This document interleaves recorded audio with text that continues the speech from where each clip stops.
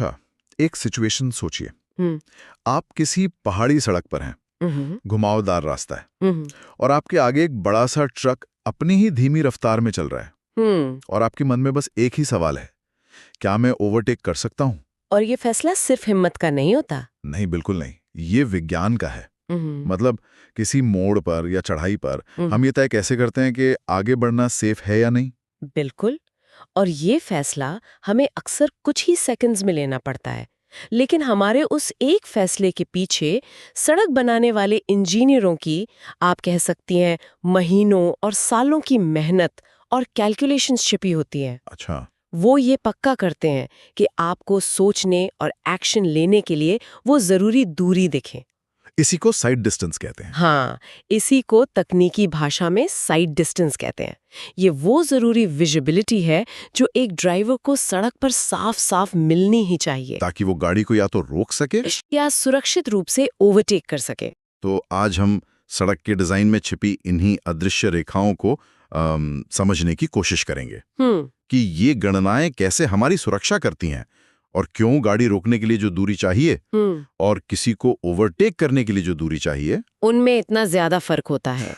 चलिए इस पे गहराई से बात करते हैं। ठीक है, तो शुरुआत सबसे बुनियादी सवाल से करते हैं, जो हर ड्राइवर की पहली प्राथमिकता है। किसी इमरजेंसी में गाड़ी को सुरक्षित रोकना। हाँ, तो ये स्टॉपिंग साइट डिस्टेंस या एसएसडी, ये क्या चीज है? एसएसडी जैसा कि नाम से ही जाहिर है, ये वो कम से कम दूरी है। मिनिमम दूरी। बिल्कुल, एब्सोल्यूट मिनिमम साइड डिस्टेंस। मतलब ये तो चाहिए ही चाहिए।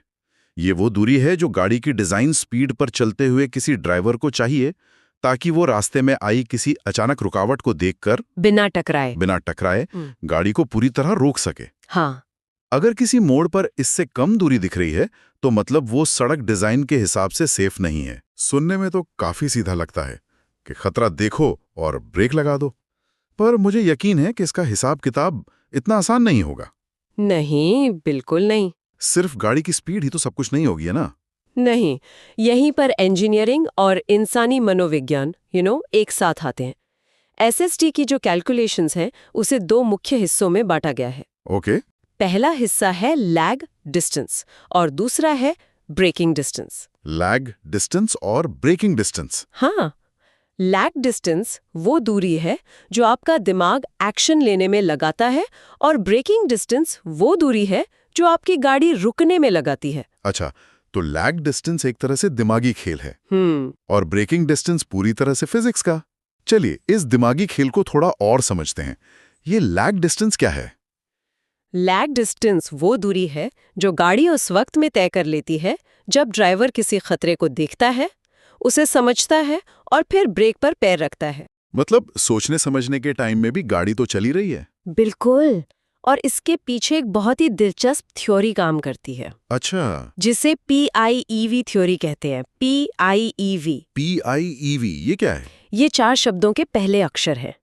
P यानी परसेप्शन। परसेप्शन मतलब देखना। हाँ, जब आपकी आंखों ने सड़क पर पड़े किसी पत्थर को देखा।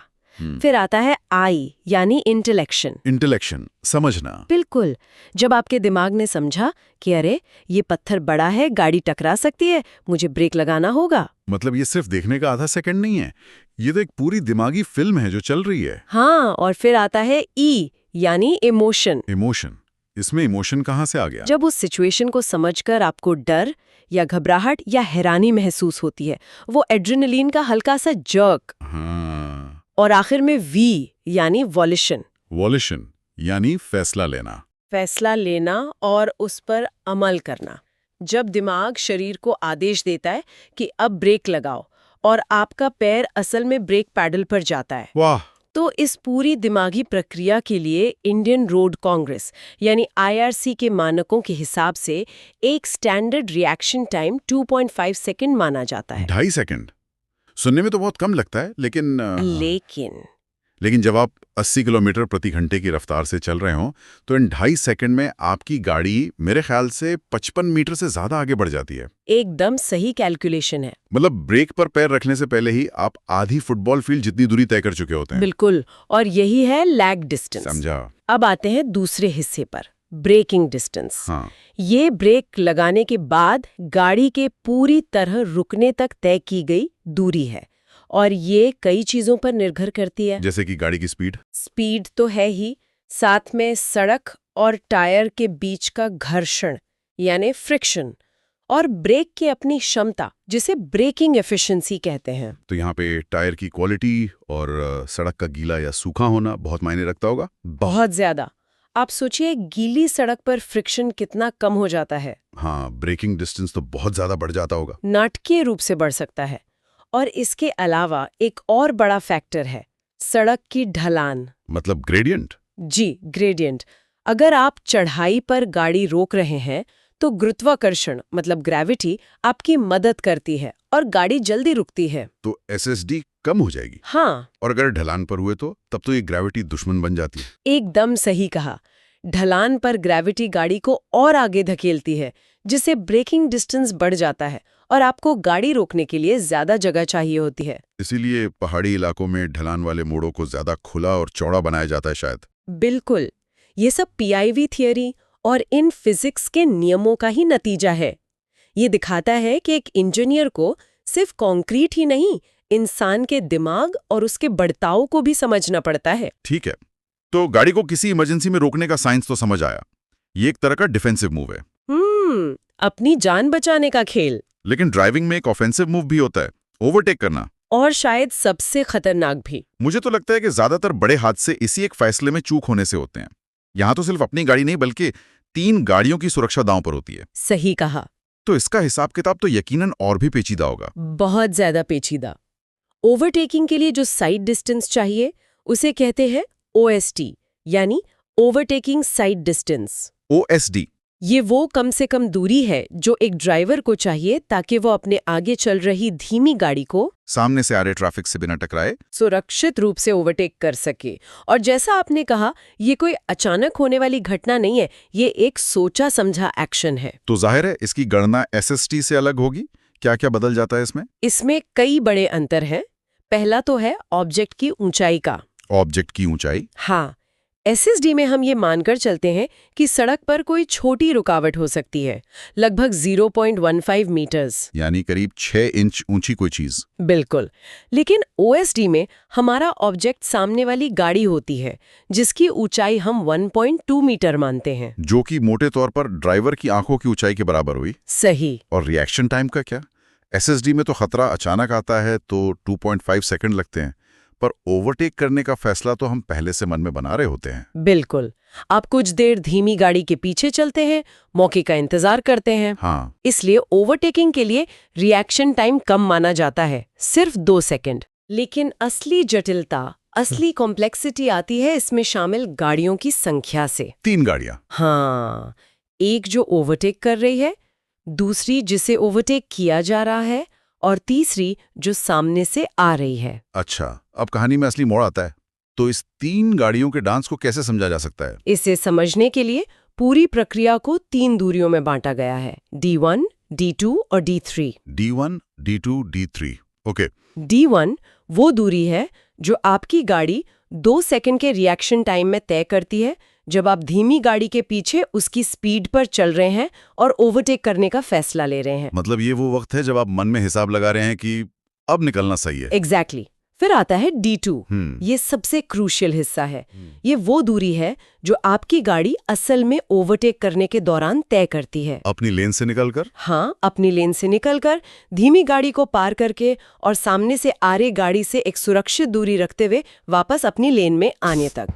ठीक है। और D3 वो दूरी है जो ठीक उसी समय में सामने से आने वाली गाड़ी आपकी तरफ तय करती है। बाप रे, इसका मतलब एक 2 वे सड़क पर सुरक्षित ओवरटेक के लिए आपको इन तीनों दूरियों का जोड़ चाहिए। OSD = D1 + D2 + D3।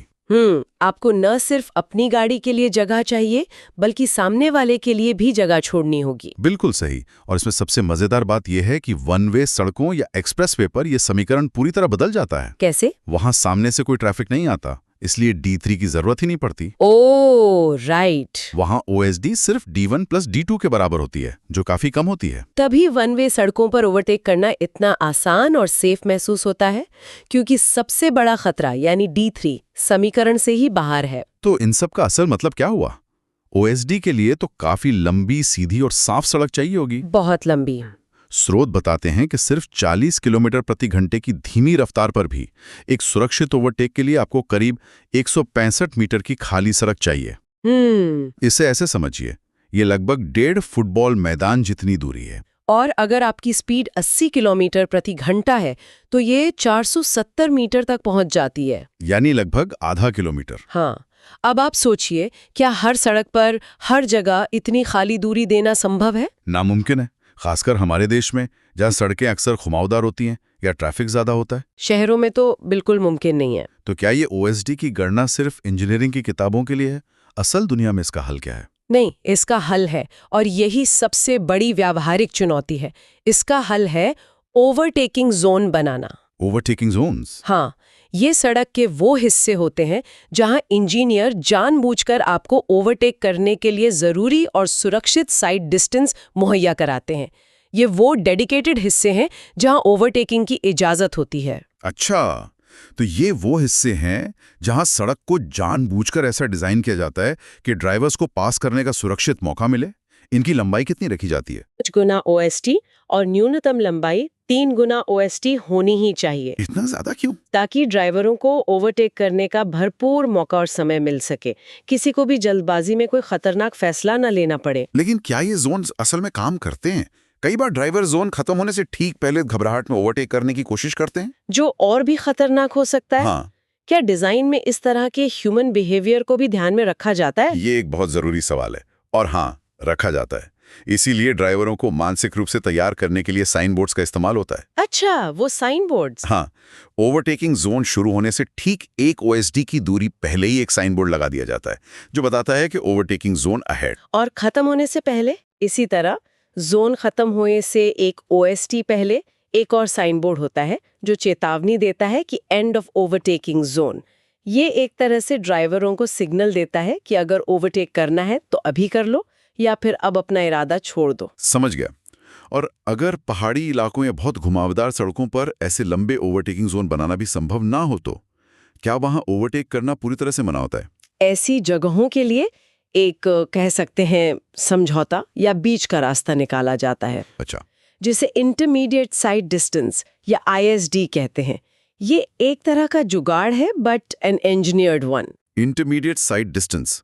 IRC के अनुसार आईएसडी की वैल्यू स्टॉपिंग साइड डिस्टेंस यानी एसएसडी का ठीक 2 गुना होती है। 2x SSD। लेकिन ये तो OSD से बहुत कम होगा, तो क्या ये पूरी तरह सुरक्षित है? नहीं, ये पूरी तरह सुरक्षित ओवरटेक की गारंटी नहीं देता। ये कुछ नहीं से कुछ बेहतर वाली स्थिति है। तो फिर ये क्यों देते हैं? कैलकुलेटेड गैम्बल है जो पूरी तरह से ड्राइवरों के सहयोग पर निर्भर करता है। बिल्कुल, ये उन जगहों पर दिया जाता है जहां ओएसटी देना असंभव हो, ताकि ट्रैफिक पूरी तरह से ठप न पड़ जाए। तो जब भी हम सड़क पर चलते हैं, हमारे आसपास ये अदृश्य गणनाएं SSD, OSD, ISD हर पल हमारी सुरक्षा कर रही होती हैं। ये तो भौतिकी, इंजीनियरिंग और इंसानी मनोविज्ञान का एक मिलाजुला विज्ञान है। ये जानने के बाद सड़क पर गाड़ी चलाने का नजरिया ही बदल जाता है। हर मोड़, हर चढ़ाई का एक मतलब है। बिल्कुल, ये सुरक्षा, लागत और व्यवहारिकता के बीच एक बहुत ही जटिल संतुलन है।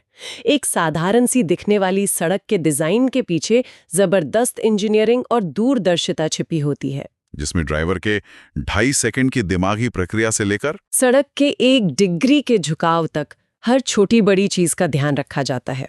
तो अगली बार जब आप किसी ट्रक के पीछे फंसे हों और ओवरटेक करने की सोच रहे हो, तो याद रखिएगा कि आपका फैसला सिर्फ आपकी हिम्मत का नहीं, बल्कि D1, D2 और D3 की एक अदृश्य गणना का नतीजा है, जो आपके सामने की सड़क आपको करने की इजाजत दे रही है या नहीं। सही कहा। और अंत में एक विचारणीय प्रश्न ये है कि स्रोत बताते हैं कि ड्राइवर का रिएक्शन टाइम उसकी उम्र, कुशलता, थकान और भावनात्मक स्थिति पर भी बहुत निर्भर करता है। बिल्कुल करता है। यह हमें सोचने पर मजबूर करता है कि जैसे जैसे गाड़ियां स्मार्ट और ऑटोमेटिक होती जा रही हैं, क्या भविष्य में ये गणनाएं बदल जाएंगी? मतलब क्या गाड़ी का कंप्यूटर जनित मिलीसेकंड्स में होने वाला रिएक्शन टाइम इंसान के 2.5 सेकंड के PIV टाइम की जगह ले लेगा? और अगर ऐसा हुआ तो हमारी आने वाली सड़कों का डिजाइन कैसा होगा? क्या तब हमें ओवरटेकिंग जोन की जरूरत पड़ेगी?